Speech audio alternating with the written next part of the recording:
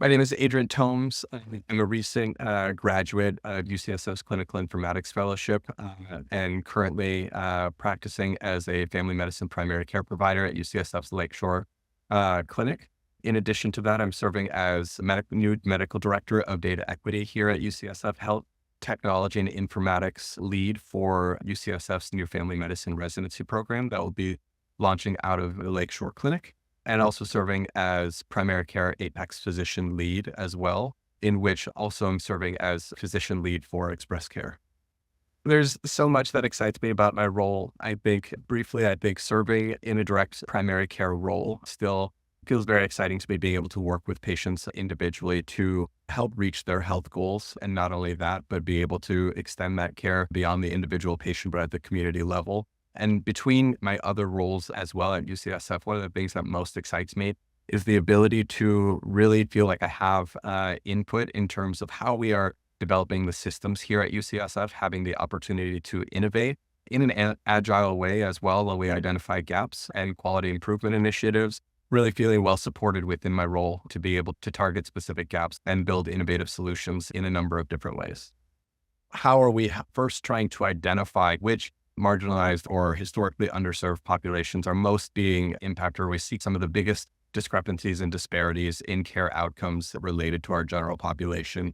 A big part of my role is helping make sure that first we have the foundational data, again, to understand those populations and be able to identify those gaps that exist.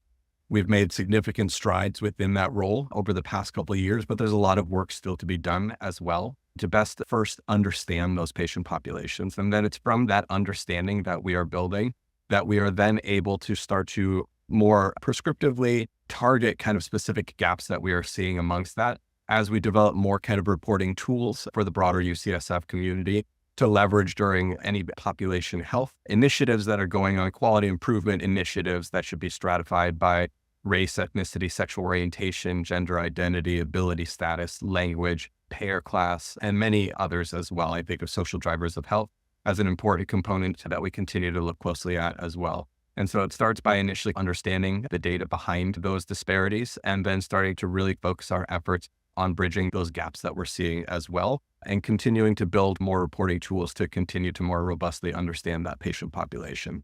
So I'd say a lot of my work is really focused around identifying and understanding those gaps, and then partnering with existing teams at UCSF to really address those gaps further then. It's an absolute honor to be named a Watson Scholar. I think that this is a really prestigious group that, this has been going on since, I believe, 2015. So we're coming up on a whole decade of this now, identifying early faculty who are really dedicated to the mission of enhancing health equity and diversity here at UCSF.